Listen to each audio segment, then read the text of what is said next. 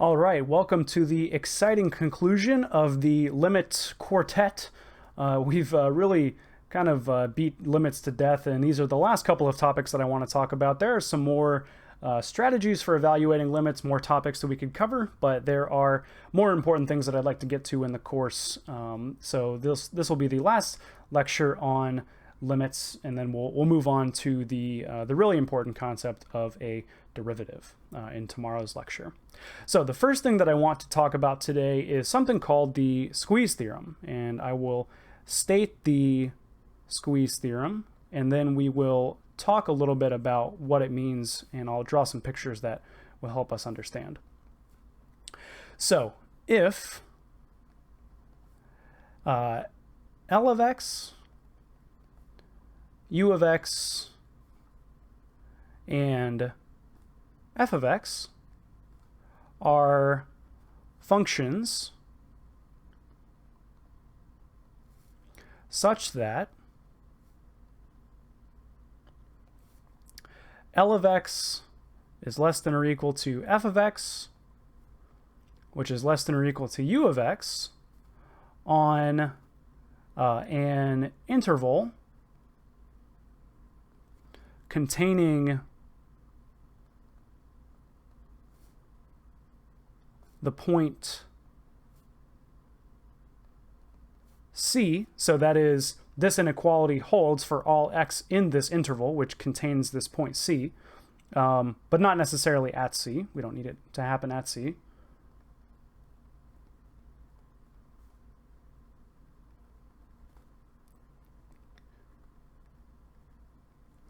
So if this inequality holds, and if the limit as x approaches C of L of x is equal to the limit as x approaches C of u of x, and this is some finite number L, then the limit as x approaches C of f of x is itself equal to L.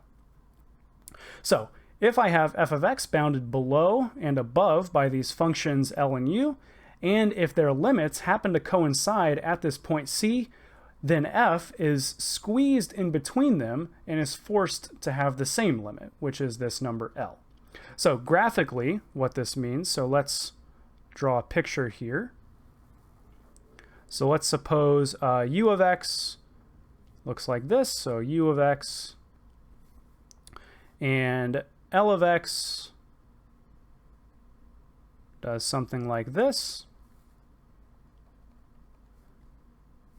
This is the point C. Then f of x, which can be, this really wonky function, at C, f of x is forced to have this limit. So limit as x approaches C of L of x equals the limit as x approaches C of u of x, and it's equal to the limit as x approaches C of f of x, which would be some number L, maybe. Okay, so all the Squeeze theorem is saying is that if you are bounded above and below by two functions and they have a limit which coincides, then your function must also have that same limit. Okay, so there's a classic sort of example that I want to run through with using the Squeeze theorem, and this will be kind of I'll show you the reasoning that I want with answering questions that involve the Squeeze theorem. So example, show that the limit as x approaches 0 of x squared times cosine of 1 over x is equal to 0. So how would we sort of go about showing that? Well, first of all, so as x goes to 0, x squared is very easy to understand. It's a continuous function, so you just plug in 0. This function is a little bit less well behaved, so let's maybe look at a graph of this thing. So as cosine of 1 over x has a interesting graph. As I come in, I look sort of normal, but as I get closer and closer to 0, I oscillate more and more wildly. So, and this is cosine of 1 over x. And so as I approach from the right or left, well, I'm attaining infinitely many values. This is, I didn't draw this very well, but this is positive 1 and this is negative 1. If I had actually drawn this well, then these would be bounded between plus and minus 1. As we approach 0, I'm assuming infinitely many values, infinitely many times the value 1, and infinitely many times the number negative 1. And I keep bouncing between them as I get 0, and I bounce between them more and more rapidly as I get closer to 0. So cosine of 1 over x, this function is discontinuous.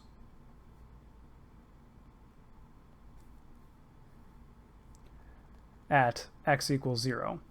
And similarly,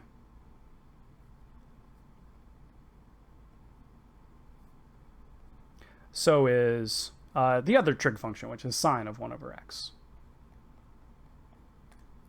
Okay, this function, these two functions are discontinuous at 0. So in order to evaluate a limit involving these functions, I need to think about, how can I do this? And that's where the squeeze theorem is going to help us out. So we want to show that this limit is equal to 0. So in order to do this, we need two things. So one, we need upper and lower bounds on this expression here. Well, x squared isn't really bounded above or below by anything, but I can bound cosine above and below by plus or minus 1. It always just oscillates between these values. So we have negative 1 is less than or equal to cosine of 1 over x, which is less than or equal to 1 for all values of x except x equals 0. But I don't care about, if I'm thinking about evaluating this limit, remember I don't care about what happens at the point 0. So this is true for all x not equal to 0. At x equals to 0, this is just an undefined quantity. So, well, I have this. Well, maybe I'm interested in this expression here, so let's just multiply this through by x squared. X squared is always a positive number, so when I multiply through by x squared in this inequality, these inequalities are actually maintained. So I'm not multiplying by a negative number, which would flip the inequalities. So negative x squared is less than or equal to x squared cosine of 1 over x, which is less than or equal to x squared. Okay, well now I've got my expression here. My f of x is bounded above and below, so this is like my L of x, this is my f of x, and this is my u of x. Okay, so now I've got my upper and lower bounds. Now what I need to do is compute each of the limits of L of x and u of x as x goes to 0 in our case. Well, that's easy enough. The limit as x goes to 0 of negative x squared, we can just do this in one fell swoop. This is equal to the limit as x goes to 0 of x squared, which is equal to 0. These are continuous functions, so you can just evaluate them. You can evaluate the limit by substituting in the value 0. And so you get 0. Really, we don't need to say anything more than this. I mean, we could say x squared and negative x squared are continuous at 0, but I think this is certainly sufficient. So, thus, by the squeeze theorem,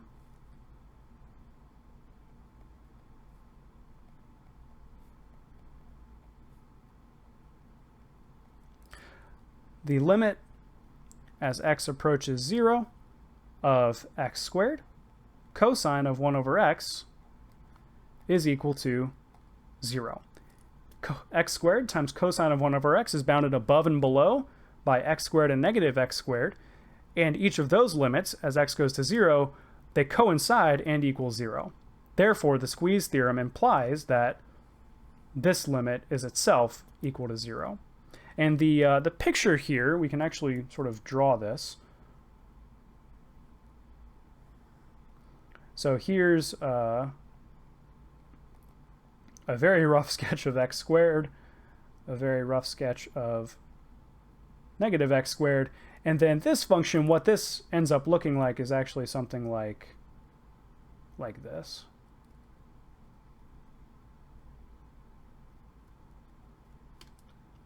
Okay, and so as I get closer and closer to 0, I squeeze in, and I'm forced to equal 0 here.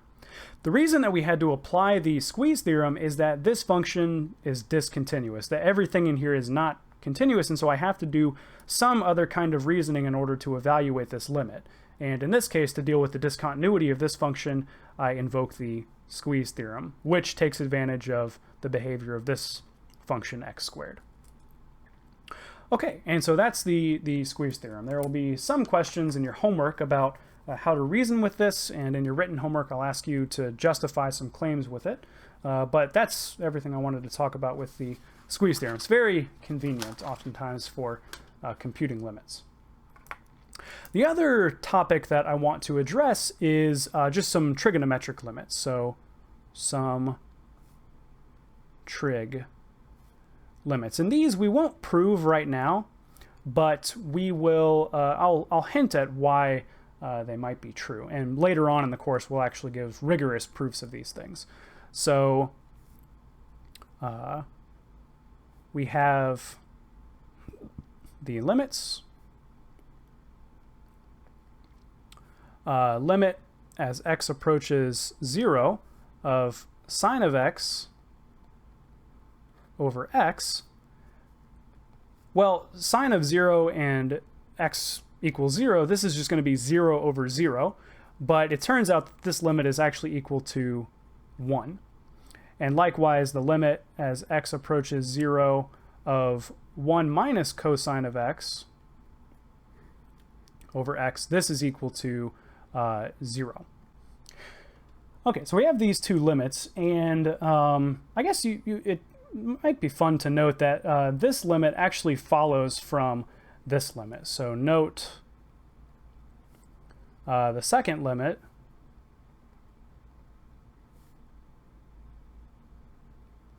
follows from the first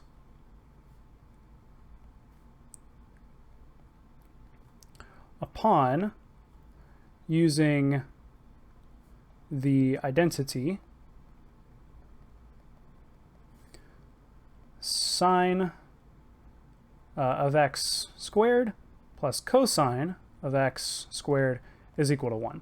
So you can rewrite this 1 minus, you can say sine squared of x is equal to 1 minus cosine squared of x, and then do a little finagling to figure out that this limit has to be equal to 0. And there's a question in one of the online quizzes which has you do, or actually in your written homework, that has you compute this with a squared here. But I'll let you all think about that. It's kind of a fun little thing. So let's just do one quick example, and then we'll be done with this topic. Well, actually, before I do the example, let's sort of hint at why this limit is true. This one follows from this limit. So really, we just need to understand this. So graphically, let's maybe think about what's happening here. So sine of x, and this is going to be pi, this is negative pi. If I draw the graph of sine of x, plus 1 and minus 1, then it looks something like this, roughly. I'm no artist. I'm a mathematician. So if I look at x equals 0, well, if I draw the line x, so here's that line. Maybe we'll do that in another color. That's not very clear. I definitely missed. This is terrible. Anyways, so this is f of x equals x. And this is g of x equals sine of x. So at 0, Yeah, there we go. I'll just darken it in because that makes everything better. Anyways, at x equals 0, these look sort of very similar. If I zoom in on this, so here's sine of x, and then x itself is doing something like this.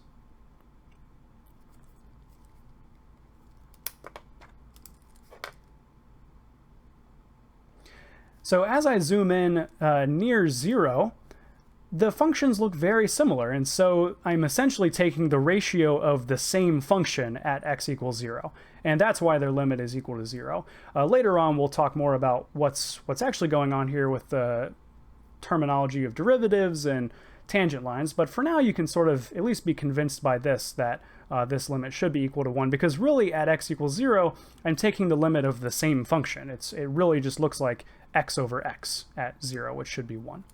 Okay? So that's kind of why that's true.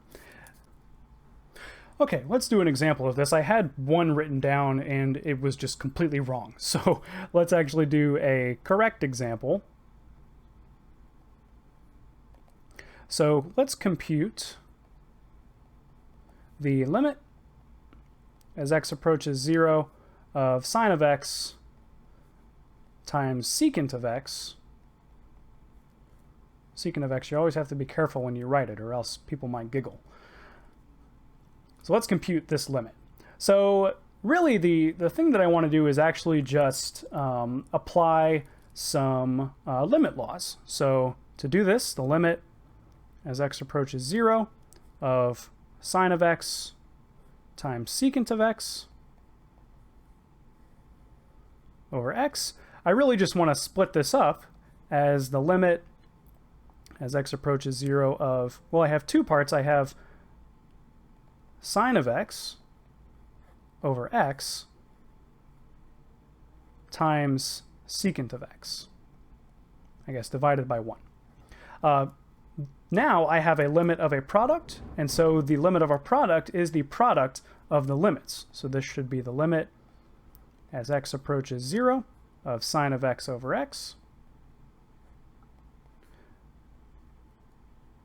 times the limit as x goes to 0 of, well, secant of x is 1 over cosine of x, so we can actually just write that down. And each of these we know how to compute. So as x goes to 0, we have this limit, which is this guy up here, so this is 1. And then cosine of x is continuous at 0, and it's non-zero at 0. Cosine of 0 is 1. So this is just going to be 1. And we're done.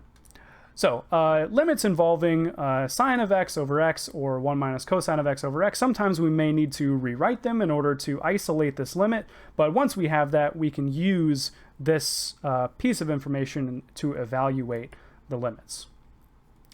Okay, so that concludes all of the miscellaneous topics and things that I wanted to discuss with limits. The next sort of major topic that we're going to hit is the derivative, and this is one of the first fundamental ideas of calculus which builds upon limits, and that'll be the focus of the next several lectures, is what exactly does this mean and how do we understand it.